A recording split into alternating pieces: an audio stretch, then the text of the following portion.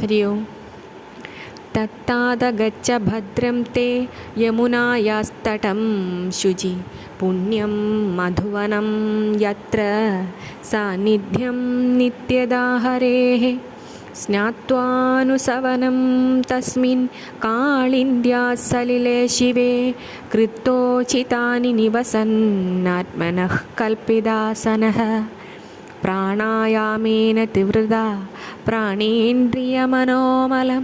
शनैर्बुधस्याभिध्यायेन्मनसा गुरुणा गुरुं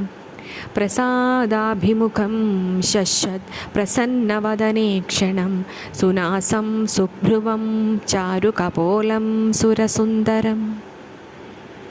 तरुणं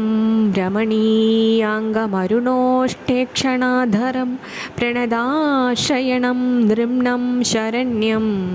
करुणार्णवं श्रीवत्साङ्गं घनश्यामं पुरुषं वनमालिनं शङ्खचक्रगदा पद्मैरभिव्यक्तचतुर्भुजं किरीटिनं कुण्डलिनं केयूरवलयान्वितं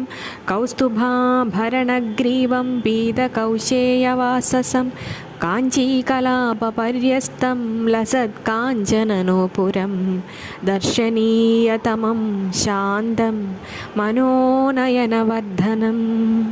पद्भ्यां नखमणिश्रेण्या विलसद्भ्यां समर्चतां हृत्पद्मकर्णिकाधिक्ष्ण्यमाक्रम्यात्मन्यवस्थितं स्मयमानभिध्याये सानुरागावलोकनं नियतेनैकभूतेन मनसा वरदर्शभम् एवं भगवतो रूपं सुभद्रं ध्यायतो मनः निर्वृत्या परया तूर्णं सम्पन्नं न निवर्तते द्यप्यश्च परमो गुह्य श्रूयतां मे नृपात्मजा यं सप्तरात्रं प्रपठन् पुमान् पश्यति खेचरान् ॐ नमो भगवते वासुदेवाय मन्त्रेणानेन देवस्य कुर्याद्द्रव्यमयीं बुधः